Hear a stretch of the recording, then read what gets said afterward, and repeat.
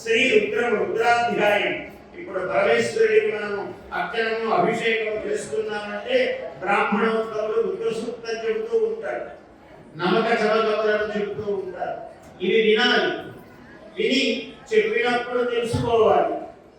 అందరికీ పాండిత్యం ఉండదు, అందరికీ రుద్ర సూక్తం నోటికి రాదు, అందరికీ రుద్ర సూక్తం పుస్తకంలో ఉన్నా చదవడం కష్టం, చదివినా అర్థం కాదు, అర్థమైన పూర్తి అవగాహనము కాదు.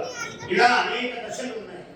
ఎలా తెలుస్తాయి అంటే శ్రీ రుద్ర సూక్త ప్రకటిత విభవాః న ప్రయచ్చంతు సౌఖ్యం. మనందరికీ కూడా సౌఖ్యమును సుఖమును ప్రసాదించుగాక అని అన్నారు. చాలా అద్భుతమైనటువంటి శ్లోకం. ఈ రుద్ర శరీరములు ఎలా ఉన్నాయా అంటే మన శరీరములు సర్వ జంతువుల యొక్క శరీరములన్నీ కూడా రుద్రుని యొక్క శరీరములే మనం తెలుసుకోవాలి. ఏమంటే ఇలా చెప్తారే బాగానే ఉంది. సర్పాభరణములు వెంటిగా సర్పాలు ఉన్నాయి మనకున్నాయా అంటే 72,000 నాడీ మండలములు మన శరీరములో ఉన్నాయి. ఇవన్నీ సర్పముల వలె అన్ని అనేక విధములుగా పరివేష్టితములై మనకి పాద అంగుళి పాదము కొసలో ఉన్నటువంటి వేలు మొదలుకొని ఈ శిరకేశ పర్యంతము ఈ నాడీ నరాలన్నీ కూడా కలితమై ఉన్నాయి. 3 కళ్ళు ఉండాలి కదండి.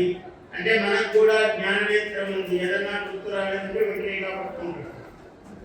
చూసారా, ఏదైనా గుర్తురాలంటే ఇట్లా పట్టుకోరు, మొత్తం పట్టుకోరు, నాలుగు పట్టుకోరు, ఇక్కడే పట్టుకుంటారు.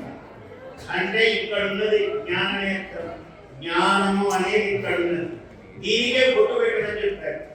ఒరే జ్ఞాననేత్రము, ఇది ఇలాగ కదలిక ఎప్పుడు స్పర్శ వల్ల నీకు 3వ కన్ను జ్ఞాననేత్రం తెరుచుకుంటుంది. అంటే సాక్షాత్తు సూర్యులాగా ఇక్కడ కన్ను కనపడకపోవచ్చు, కానీ ఇలా ఇలా రోజు దీన్ని స్పృశించడం ద్వారా నీకు ఒక అసాధారణమైన మామూలు కళ్ళకు కనిపించే విషయాలు కాక కనిపించని విషయాలు కూడా గోచరిస్తాయి. అది 3వ కన్ను. అంటే జ్ఞాన నేత్రము, జ్ఞానమే ప్రధానంగా కలిగినటువంటి నేత్రం. అందువల్ల జ్ఞానము ఉద్బుద్ధమవుతూ ఉంటుంది.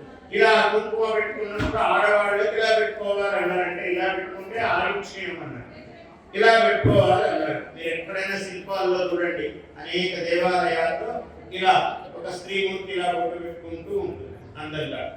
అది చాలా నాడి. మీకు అసలు ఇలా అంటే ఒక భంగిమ ఉంది, దీంట్లో ఒక సుందరమైన భంగిమ. బొట్టు పెట్టుకుంటే ఒక సౌందర్యం ఉంది. విభూతి ధారణ అత్యంత ముఖ్యం. నిన్నంతా విభూతి మహిమే చెప్పాను. అందువల్ల విభూతి ప్రతి నుదుటన ఉండాలి. విభూతి భూతిరైశ్వర్యం శివేన విష్ణునా లక్ష్మ్యా గౌర్యా సహా అన్నాడు. అంటే మహావిష్ణువు కూడా విభూతి దాలుస్తాడని. ఇంకా వేరే వాళ్ళ ప్రశ్న లేదు. విభూతి పెట్టుకున్న వాళ్ళు కూడా జనంతో ఒక్కసారి నామరాగా ఇలా అనుకుంటారు. అంటే ఇక్కడ భేదము లేదు, నామభేదము లేదు. ఇలా పెట్టుకోవడమా ఇలా పెట్టుకోవడమా అన్న భేదం లేదు. రెండు ఇద్దరికీ ఉన్నాయి. భస్మము సహజం. అంటే దేనిని విభూతి సహజంగా నీకు లభిస్తుంది. మట్టి పెట్టుకోవడం సర్వశ్రేష్టమైన మట్టి సహజమైనది. దీనికి రంగు అవి ఏవి కలపక్కర్లా ఇలా తీసుకుని ఇలా పెట్టుకోవాలి. గంగా నదిలో స్నానం చేశాం, గోదావరి నదిలో స్నానం చేశాం, మనం దగ్గర ఏదైనా ఉంటే అక్కడ స్నానం చేశాం. అది ఎందులో స్నానం చేసినా ఇలా అంటే ఇలా పెట్టుకోవాలి. ఇలా పెట్టి ఈ ముక్కలతో మళ్ళీ ఇలా అనుకోవాలి. ఇట్లా ఈ 3వ కన్ను మనకు కూడా ఉంది. Please subscribe to our YouTube channel. Like and share this video.